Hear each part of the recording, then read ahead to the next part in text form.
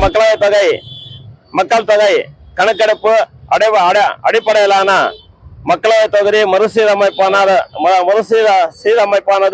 தமிழ்நாடு எம்பிக்களின் எண்ணிக்கையை குறைத்து நாடாளுமன்றத்தில் நமது குரலை பலவீனப்படுத்தும். போதிய எம்பிக்கள் இல்லாமல் தமிழ்நாட்டை பாதிக்கும் கொள்கைகளை எதிர்த்து நின்று தடுக்க முடியாத போகும். நமது மாநிலத்தின் பெருமைமிக்க சமூக நீதி மற்றும் சுயமரியாதை பாரம்பரியத்தை நாம் இழக்க நேரிடும். வலுவான அரசியல் பிரதிநிதித்துவம் இல்லாமல் போனால் ஏழை எளிய மக்கள், மாணவர்கள், விவசாயிகள், தொழிலாளர்கள் மற்றும் பெண்களுக்கு உதவக்கூடிய நலத்திட்டங்களை நிதி பெருமளவு குறைக்கப்படும். நலத்திட்டங்களை தொடர முடியாத சூழ்நிலை ஏற்படும். பள்ளிகள், மருத்துவமனைகள், சாலைகள் ஆகியவற்றுக்கு குறைவான நிதி ஒதுக்கப்படும். அதோடு நமது இளைஞர்களுக்கான வேலை வாய்ப்புகள் குறைக்கப்படும். நமது அன்றாட வாழ்வை பாதிக்கப்பட செய்திடும். இந்த மாற்றம் நம்மை மட்டுமல்லாது நம் குழந்தைகளின் எதிர்காலத்தையும் பேர் குழந்தைகளின் எதிர்காலத்தையும் சேர்ந்து பாதிக்கப்பட செய்திடும். தமிழ்நாட்டின் எதிர்காலத்துக்காக கட்சி வேறுபாடின்றி இப்போதே நாம் ஒன்றுபடுத்த நிற்க வேண்டும். தமிழ்நாட்டின் நலனுக்காகவும் எதிர்காலத்தையும் யாருக்காகவும் எதற்காகவும் விட்டு தர மாட்டோம்.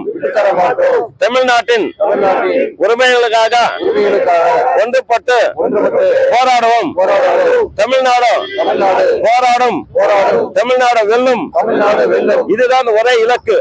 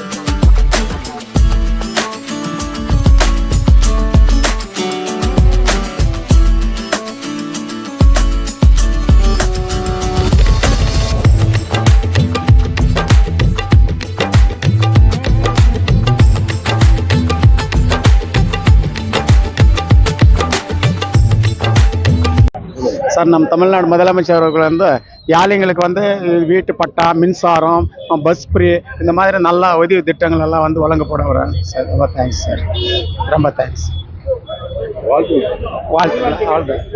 நல்வாழ்த்துகள். மு க ஸ்டாலின் தலைவர் பிறந்த நாள் நல்வாழ்த்துகள்.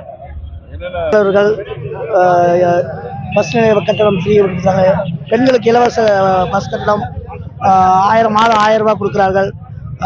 எல்லாம் நலத்திட்டங்கள் நல்ல பண்ணினால் முதல்வர் சிஎம் அவர்கள் தமிழ்நாட்டில் வளர்ச்சிக்காக பெரிதும் பாடுபட்டு கொண்டிருக்கிறார். ஜனவரி அடுத்த 26ஆம் ஆண்டு மீண்டும் முதல்வராக வர வேண்டும் என்றும் தமிழ்நாடு ஜனங்கள் அனைவரும் எதிர்பார்த்து கொண்டிருக்கிறோம். அவர்தான் சிஎம் அவரா என்று நினைத்துக் கொண்டிருக்கிறோம். நமது கழகத்தினுடைய தளபதி அவர்கள் 72வது பிறந்த நாளை சிறப்பாக கொண்டாட வேண்டும் என்று மேற்கு பகுதியினுடைய சார்பாக கொண்டாடப்படுகிறது.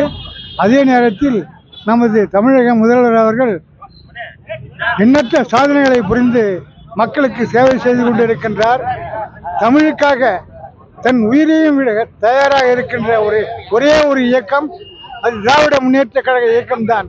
தமிழ் மொழிக்காக, தமிழ் மக்களுக்காக பாடுபடக்கூடிய ஒரே கட்சி திராவிட முன்னேற்ற கழகத்தினுடைய கட்சித்தான் என்பதை தெரிவித்துக் கொண்டு தமிழக முதல்வர் வாழ்க வாழ்க என்று கூறி விடைபெறுகிறேன். வணக்கம்.